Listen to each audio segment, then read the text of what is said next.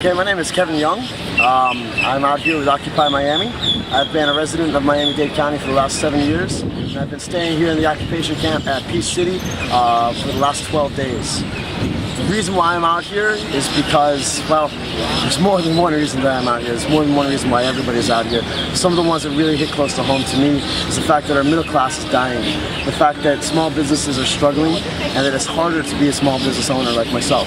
I'm a licensed massage therapist. I rely on people having money so they can get the services that I provide. And unfortunately, that's not happening.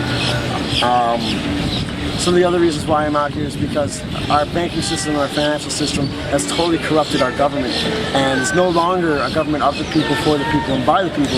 It's a government of denied interest. And the reason why we have proof of that is because the Supreme Court last year, through the forming of PACs, dictated that any corporation can give as much contributions to any political candidate completely anonymous. So how are we supposed to have fair and free elections if we don't know where the money is coming from?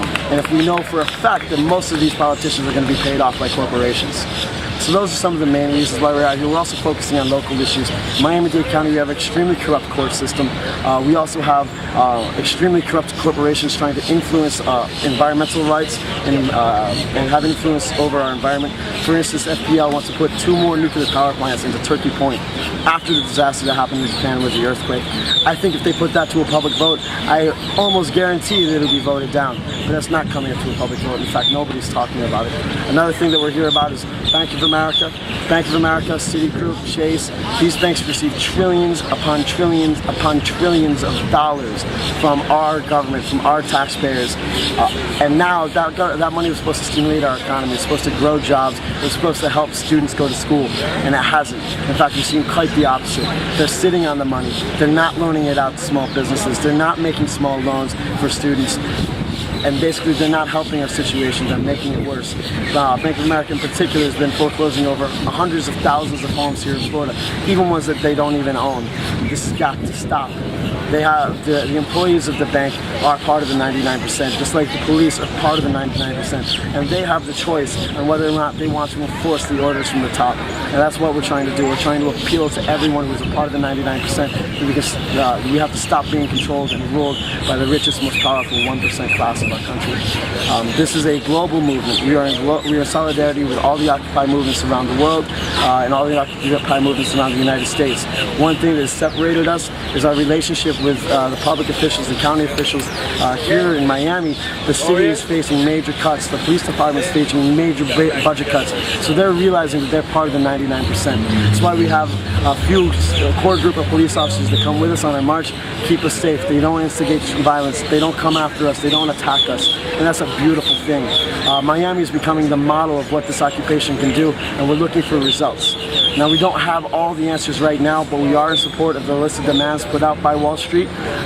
We are in support of ending corporate personhood. And we are coming up with solutions, but we're asking people to join our dialogue and to make solutions together. We don't have a group of leaders here. There's no central elite group.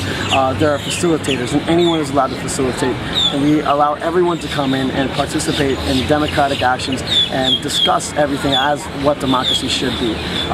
Everyone has an opinion, everybody has a voice, and that's what really makes this movement special.